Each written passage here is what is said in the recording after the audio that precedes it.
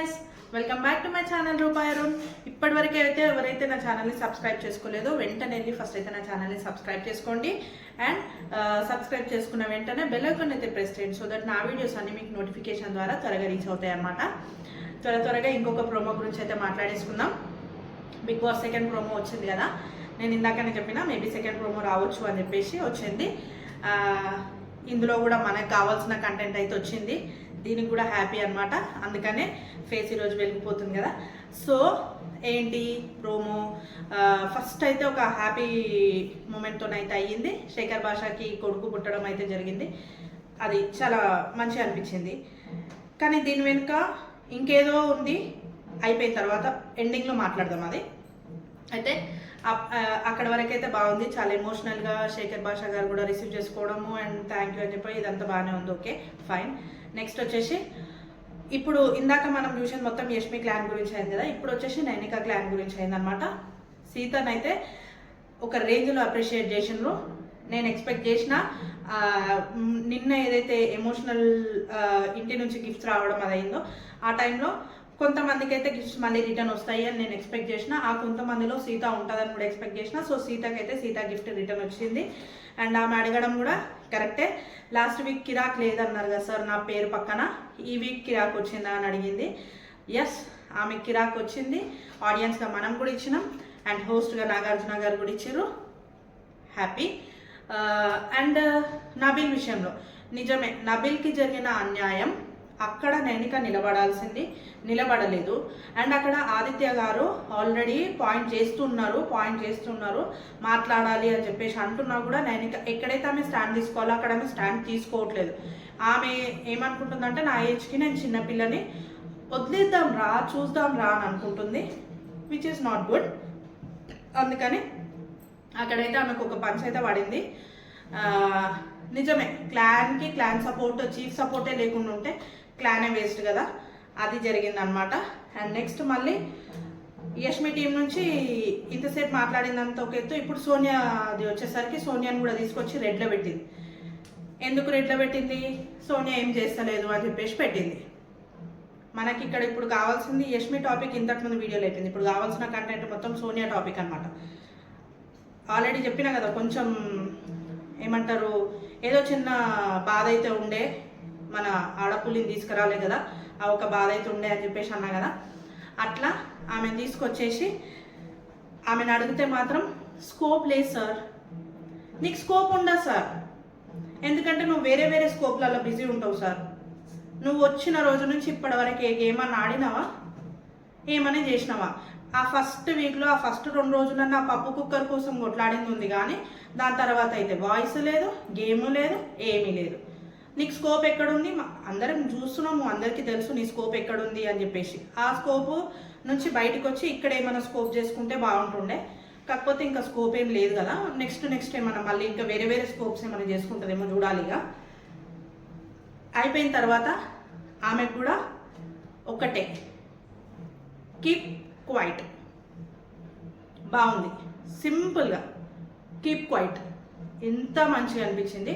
చెవులకు వినడానికి వినసొంపుగా అనిపించింది. వారమంతా చూసి పులిహోర రాణిని ఈరోజు ఈ మాట అనేసరికి అబ్బా మంచిగా అనిపించింది. ఎందుకంటే విష్ణుప్రియ గురించి ఆమె గురించి ఆయన గొడవ మాత్రం వీడియోగా వేసిండ్రు కాబట్టి ఇంత పెద్ద మాట.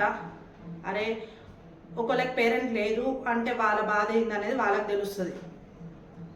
బై గాడ్స్ గ్రేస్ నీకు 2 ఉన్నారు కాబట్టి నీకు ఆ బాధ తెలియకపోవచ్చు, కానీ ఎదుటోళ్ళ బాధ ఏంది అనేది కూడా మీరు మీరు హ్యూమన్ బీయింగ్స్ కాదు అసలు. కానీ అంత మాట అన్నావు, నీకు ఇంట్లో పట్టించుకునేటోళ్ళు ఎవరు లేకపోవచ్చు, కానీ నాకేది ఇంట్లో పట్టించుకునేటోళ్ళు ఉన్నారు అని అంటే, మరి ఇంట్లో పట్టించుకునేటోళ్ళు ఉన్నప్పుడు సగం రోజంతా నిఖిల్తో ఉంటావు, సగం రోజంతా పృథ్వీతో ఉంటావు, ఒకసారి ఈయన కాలు పట్టుకుంటావు, ఒకసారి ఈయన కాలు పట్టుకుంటావు, ఏంది కథ?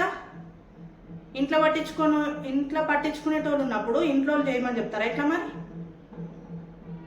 ఇంత వల్గర్గా మనం కూడా మాట్లాడొద్దా అంటే ఇక లైవ్ చూస్తే మాత్రం మనం మాట్లాడాల్సి వస్తుంది. నీకు ఇంట్లో పట్టించుకునేటోళ్ళు ఉన్నప్పుడు నువ్వు ఇవేనా చేసే కథలు? ఇంట్లో పట్టించుకునే వాళ్ళు ఉన్నోళ్ళన్నా సరే జాగ్రత్తగా ఉంటారు కదా. ఏదో ఒక చిన్న ఇష్యూ దొరికితే ఆ చిన్న ఇష్యూని నువ్వు తీసుకెళ్ళి అంతగానం పెద్దగా చేసి దాన్ని నామినేషన్స్లోకి వచ్చి దాన్ని మాట్లాడి అవసరమా? నీ చదువుకి నీకున్న దానికి నువ్వు అట్లా మాట్లాడి రేపటికి ఇంకా ఆడోళ్ళ గురించి నువ్వు ఏం కొట్లాడుతావు? ఒక్క ఆడమని నువ్వు కాపాడలేకపోయినావు, రేపటికి ఇంకా నువ్వు ఎన్జిఓ పెట్టి నువ్వు ఆడోళ్ళ కోసం కొట్లాడి ఏం చేస్తావు? ఏమని చేసే దాంట్లో ఉందా? Satisfaction, keep quiet. సాటిస్ఫాక్షన్ వచ్చేసింది నాకైతే. ఇంకా రావాలి, ఎపిసోడ్ చూసి ఇంకా వస్తుంది. అది అయిపోయిన తర్వాత నెక్స్ట్ ఏమైంది, నైనికని యష్మిని ఇద్దరిని కూడా మీరు చేసిన భాగవతాలు చాలమ్మా, మీరు చూపించిన మీ క్లాన్లకి మీరు చూపించిన దారి చాలా బాగుంది, ఇప్పుడు నుంచి మీ క్లాన్స్ 2 డిజాల్వ్ అయిపోయినాయి, రెండింటిని పేల్చేసి ఇద్దరికి క్లాన్స్ లేవు ఇంకా అని చెప్పేసి చెప్పిండు. ఫస్ట్ నుంచి ఒక్క మెంబర్తోని ఇద్దరితో ఆడుతున్న నిఖిల్కి క్లాన్ ఉంది అనుకుంటున్నా నేను ప్రస్తుతానికి. వీళ్ళిద్దరికైతే క్లాన్స్ లేవు, ఎందుకంటే వీళ్ళిద్దరు చీఫ్స్కి అరుగులు కారు అని చెప్పేసి మనం ప్రోమోలోనే చూసినాము. ఎపిసోడ్ చూసి ఇంకా బాగుంటుంది ఇది అన్నమాట. అండ్ తర్వాత మాట్లాడుకుందామని చెప్పిన కదా, శేఖర్ భాష గారు ఎలిమినేషన్, ఇది ఎంతవరకు కరెక్ట్? సరే, ఒకవేళ బాబు పుట్టిండు, వెళ్ళాలి, చూడాలి, ఆ ఎమోషన్ ఆ ఫీల్ కావాలి అనిపిస్తే కొన్ని సీజన్స్లో అట్లా తీసుకురావడం జరిగింది.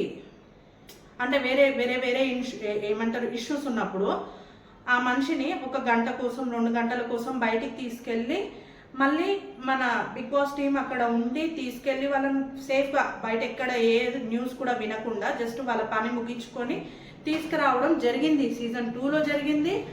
అండ్ మ్యాక్సిమం సీజన్ 7లో కూడా స్కానింగ్స్కి దానికి దీనికి శివన్నను కూడా ఒక్కరోజు బయటికి తీసుకెళ్ళినట్టు చూసినాము.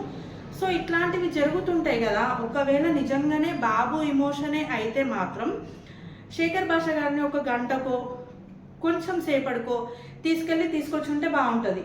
కానీ జనాలు ఓటేసి జెన్యూన్గా వెళ్ళిపోతున్నాడు అనేది మాత్రం డైజెస్ట్ అవుతలేదు.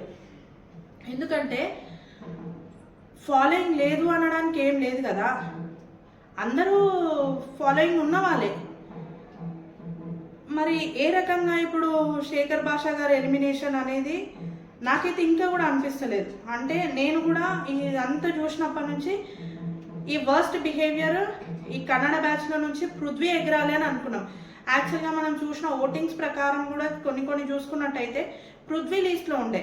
మరి పృథ్వీని కాపాడడానికి వేరే వాళ్ళని బలి చేస్తున్నారా? అదైతే మాత్రం మనం చూసి వేస్ట్ ఇంకా షో. ఎందుకంటే వాళ్ళు షోలో ఏ రకంగా ఉండాలో ఆ రకంగా ఉంటున్నారు. ఈ పృథ్వీ కానీ వీళ్ళు కానీ మనకు నచ్చని క్యారెక్టర్స్ లాగా వీళ్ళు వాళ్ళని వాళ్ళు మోల్డ్ చేసుకుంటున్నారు జనాలల్లో. మరి ఇప్పుడు ఈ ఎలిమినేషన్ నిజమా అబద్ధమా? నేను నా పర్సనల్ ఇంటెన్షన్తో నేను అనుకుంటున్నా, ఒకవేళ బాబు పుట్టిండు అనే తీసుకుపోతే మాత్రం అట్లా తీసుకుపోయి మళ్ళీ సీక్రెట్ రూమ్ నుంచి బయటకు వచ్చినట్టు అట్లా కూడా జరిగినాయి. కాబట్టి సీక్రెట్ రూమ్ నుంచి బయటకు వచ్చినట్టు లేకపోతే ఏమంటారు కొంచెం రిలీఫ్ తీసుకొచ్చినట్టు అయితే బాగుండేది. కానీ ఇది జనాల ఒపీనియన్, జనాలు ఇచ్చిన ఓటింగే అయితే మాత్రం ఇది ఇంజస్టిస్ లానే అనిపిస్తుంది నాకైతే. ఎందుకంటే నాకు కరెక్ట్గా అనిపిస్తలేదు డెసిజన్. ఒకవేళ నిజంగా మనమే తీసుకున్న డెసిజన్ అయితే నాకైతే కరెక్ట్గా అనిపిస్తలేదు. ఇదేమవుతుంది, ఎలిమినేషన్ నిజంగా శేఖర్ భాష గారైనా కాదా?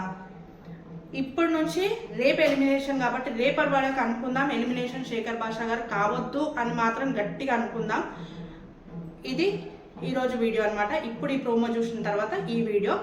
అండ్ ఈ వీడియో కనుక మీకు నచ్చినట్టయితే ఈ వీడియోని లైక్ చేయండి అండ్ ఖచ్చితంగా కామెంట్ మాత్రం చెయ్యండి. అండ్ శేఖర్ భాష గారి గురించి కూడా ఎలిమినేషన్ కావద్దు అనుకుంటే మాత్రం ఖచ్చితంగా వీడియోని లైక్ చేయండి అండ్ కామెంట్ చేయండి. అండ్ నా ఛానల్ అయితే సబ్స్క్రైబ్ చేసుకోవడం మర్చిపోవద్దు. నా ఛానల్ పేరు వచ్చేసి రూపాయి అరుణ్. సబ్స్క్రైబ్ చేసుకున్న వెంటనే బెల్ ఐకాన్ అయితే ప్రెస్ చేయండి, సో దట్ నా వీడియోస్ అన్నీ మీకు నోటిఫికేషన్ ద్వారా రీచ్ అవుతాయి అన్నమాట. Okay guys, bye.